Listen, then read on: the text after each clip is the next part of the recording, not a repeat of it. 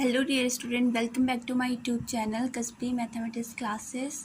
तो कैसे आप सब लोग? आई होप आप सभी लोग अच्छे होंगे।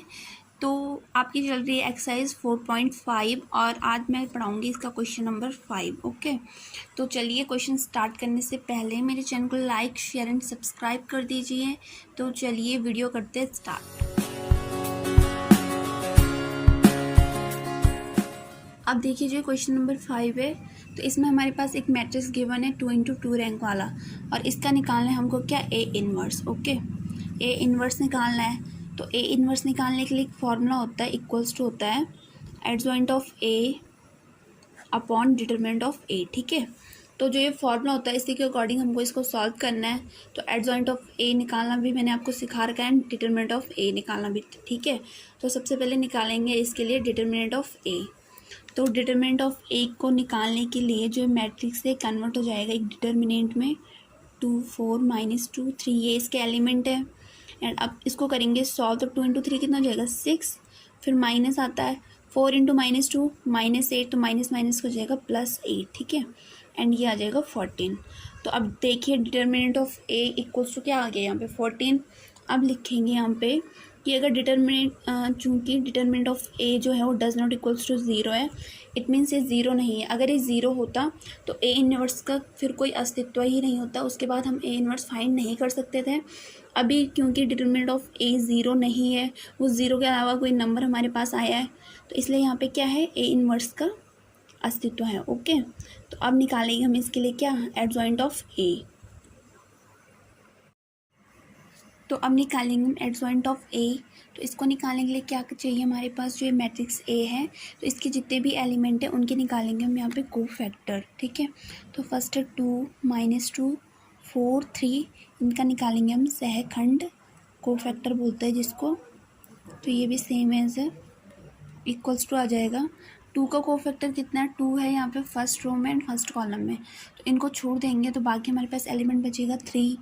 अब -2 का कोफैक्टर क्या होगा यहाँ पे, -2 फर्स्ट रो में एंड सेकंड कॉलम में, तो इसको छोड़ के बच रहा हमारे पास 4। लेकिन बाहर से इसका साइन क्या आता है, माइनस भी आता है, क्योंकि मैंने वो कोफैक्टर वाले फॉर्मूले से आपको समझा रखा है कि इनका साइन माइनस क्यों आता है। ठीक है, तो अभी जो 4 है थर्ड वाला, तो ये सेकंड रो में एंड फर्स्ट कॉलम में, तो इसको छोड़ के हमारे पास कौन सा एलिमेंट बच रहा है यहाँ पे, -2। लेकिन एक माइनस बाहर से भी आता है और एक है -2, तो माइनस माइनस का कितना जाता है यहाँ पे +2। और अभी जो लास्ट एलिमेंट है जो सेकंड रो में एंड सेकंड कॉलम में, तो इसको छोड़ के हमारे पास एलिमेंट बच रहा है सिर्फ 2। ठीक है, तो 3 का कोफैक्टर हो गया यहाँ पे 2। अब जितने भी हमने कोफैक्टर निकाले चारों, इनसे बनेगा एक क्या, इनसे बनेगा एक मैट्रिक्स जिसको पुट करेंगे हम सी, जिसको नेम देंगे यहाँ पे सी। और जो ये एलिमेंट आए हैं तो इनको लिखना है रो वाइज। ठीक है, कॉलम वाइज नहीं लिखना है आपको, रो वाइज लिखना है। एंड ये जाएगा 2 2। ओके, तो अभी सी तो हमारे पास आ चुका है।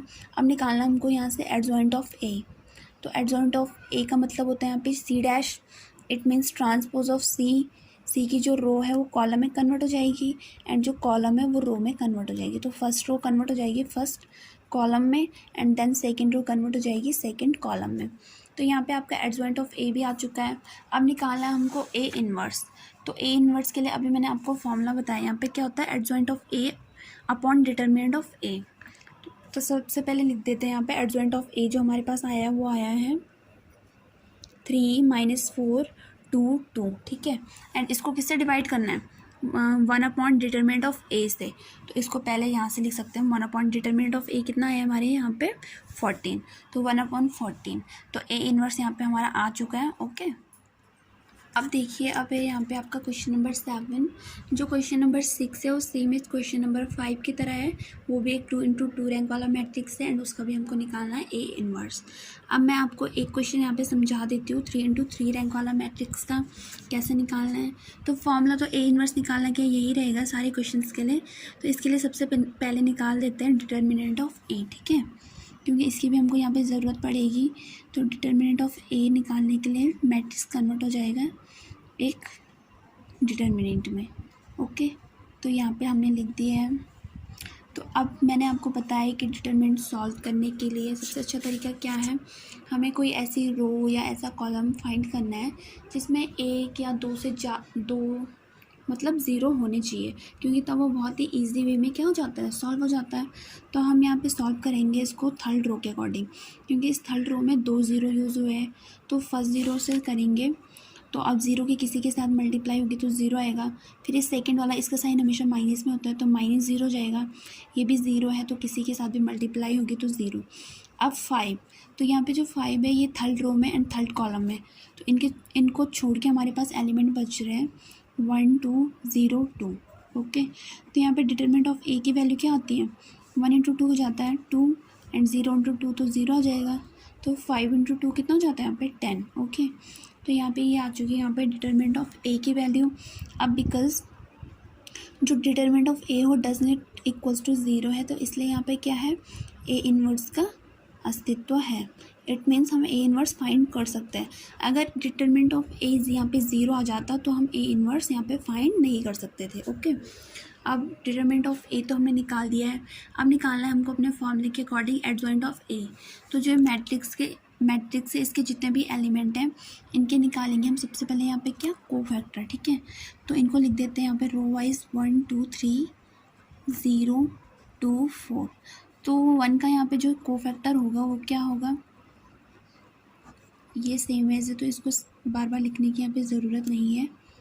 ओके, तो 1 का कोफैक्टर होगा यहाँ पे। अब 1 देखिए कि फर्स्ट रो में एंड फर्स्ट कॉलम में, तो इसको छोड़ के हमारे पास बच रहा है सिर्फ इतने एलिमेंट।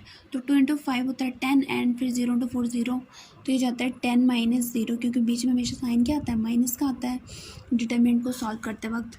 और अब निकालेंगे 2 का कोफैक्टर। तो 2 का कोफैक्टर क्या होता है, उससे कोफैक्टर निकालने से पहले एक साइन आता है माइनस। ठीक है, इन 4 एलिमेंट्स का। तो 2 है यहाँ पे फर्स्ट रो में एंड सेकंड कॉलम में, तो एलिमेंट बच रहा है हमारे पास 0 इंटू 5 0 एंड 0 इंटू 4 0। तो ये तो आगे 0 माइनस 0 0 लिख सकते हैं हम। अब निकालना है 3 का कोफैक्टर। तो 3 है यहाँ पे फर्स्ट रो में एंड थर्ड कॉलम में, तो 0 इंटू 0 0 जाएगा एंड 0 इंटू 2 0। तो ये इसका कोफैक्टर भी आ गया कितना, 0।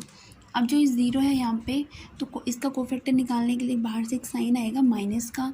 अब ये 0 है सेकंड रो में एंड फर्स्ट कॉलम में, तो एलिमेंट बच रहा है 2 इंटू 5 10 हो जाएगा, फिर माइनस 0 इंटू 3 0, तो ये जाएगा 10 माइनस 0, तो ये आ जाएगा यहाँ पे माइनस 10। अब जो ये 2 है ये सेकंड रो में एंड सेकंड कॉलम में है, तो 1 इंटू 5 कितना होता है 5 एंड माइनस 0 इंटू 3 हो जाएगा आपका 0, तो 5 माइनस 0 कितना हो जाता है यहाँ पे 5। अब ये 4 है, इसका कोफैक्टर निकालने के लिए भी बाहर से क्या होगा, माइनस साइन यूज़ होगा। तो जो 4 है सेकंड रो में एंड थर्ड कॉलम में, तो एलिमेंट बचेंगे 1 इंटू 0 0 एंड 0 इंटू 2 0, तो यह जाएगा हमारे पास माइनस 0, इसको लिख सकते हैं हम 0। अब हमको कोफैक्टर निकालना है 0 0 5 की। ठीक है, तो ये हो जाएंगे 0 0 5, इनके निकालने हमको कोफैक्टर। तो जो 0 है यहाँ पे ये थर्ड रो में एंड फर्स्ट कॉलम में, तो एलिमेंट बच रहे हैं हमारे पास 2 इंटू 4 8, फिर माइनस होगा 2 इंटू 3 6, तो ये आ जाता है यहाँ पे 8 माइनस 6, तो ये कितना हो जाएगा यहाँ पे 2। ओके, अब जो ये वाला 0 है तो इसका कोफैक्टर निकालने के लिए बाहर से एक साइन यूज़ होगा माइनस। अब ये थर्ड रो में एंड सेकेंड कॉलम में, तो एलिमेंट बच रहा है 1 इंटू 4 4 आ जाएगा एंड माइनस 0 इंटू 3 0। ठीक है, तो बाहर से एक माइनस है और अंदर है 4 माइनस 0, तो जाएगा -4। अब निकालना है हमको 5 का कोफैक्टर। तो जो 5 है थर्ड रो में एंड थर्ड कॉलम में, तो 1 इंटू 2 हो जाएगा 2 एंड माइनस 0 इंटू 2 हो जाएगा आपका 0। ठीक है, तो ये आ जाएगा यहाँ पे 2। अब कोफैक्टर तो आ चुके हैं। अब इन कोफैक्टर की हेल्प से बनेगा एक मैट्रिक्स सी, जिसको हम नेम क्या देते हैं, सी देते हैं। सारे क्वेश्चंस में उसको नेम सी ही देना है। तो इनको लिखेंगे हम रो वाइज।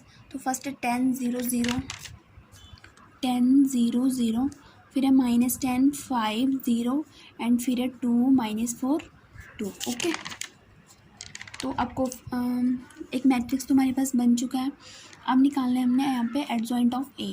तो एडजॉइंट ऑफ ए कितना आ जाएगा, यहाँ पे जो रो है वो कॉलम में कन्वर्ट हो जाएगी। इट मीन्स इसको सी डैश भी लिख सकते हैं हम पहले।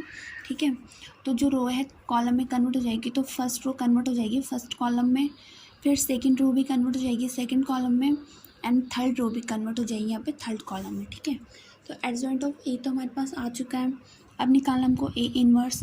तो ए इनवर्स निकालने के लिए फॉर्मूला होता है adjoint of A upon determinant of A. ठीक है, तो ए इनवर्स, अब 1 अपॉन डिटरमिनेंट ऑफ ए है, तो डिटरमिनेंट ऑफ ए की वैल्यू हमारे पास 10, तो यह आ जाएगा 1/10 और यहाँ पे आ जाएगा एडजॉइंट ऑफ ए जो अभी अभी हमने क्या करा है, निकाला है, तो ये आ जाएगा 10 -10 2 0 5 -4 0 0 2, ठीक है। तो ये हो गया यहाँ पे आपका क्वेश्चन सॉल्व। तो आई होप स्टूडेंट आपको दोनों क्वेश्चन अच्छे से समझ में आएंगे। अब जो क्वेश्चन है 5 से 11 तक, तो ये सेम एज एक जैसे ही है, सब कोई 2 × 2 रैंक वाला मैट्रिक्स है तो कोई 3 × 3 रैंक वाला, ठीक है। तो उन सब में हमको निकालना है ए इनवर्स, और क्वेश्चन को जो सॉल्व करने का मेथड है वो यही है, हमको अपने फॉर्मूले के अकॉर्डिंग सॉल्व करना है, जैसा कि हमको फॉर्मूला दे रखा है। तो इसके लिए निकालना है जैसे पहले एडजॉइंट ऑफ ए, फिर डिटरमिनेंट ऑफ ए, लेकिन सबसे पहले ए इनवर्स निकालने के लिए हमको पहले निकालना है डिटरमिनेंट ऑफ ए, क्योंकि जब हमारे पास डिटरमिनेंट ऑफ ए होगा तब जाके हम ये फाइंड कर सकते हैं कि क्या इसका ए इनवर्स निकलेगा, इट मीन्स इसका इनवर्स निकल भी पा रहा है या नहीं भी, ठीक है। अगर डिटरमिनेंट ऑफ ए 0 आ जाता है तो उस क्वेश्चन का कभी भी ए इनवर्स नहीं निकलेगा, लेकिन अगर 0 नहीं आता है, 0 को छोड़ के कोई भी नंबर आता है, पॉजिटिव नेगेटिव कुछ भी, तो उसका ए इनवर्स ईजिली निकल सकता है। Okay, so thank you so much.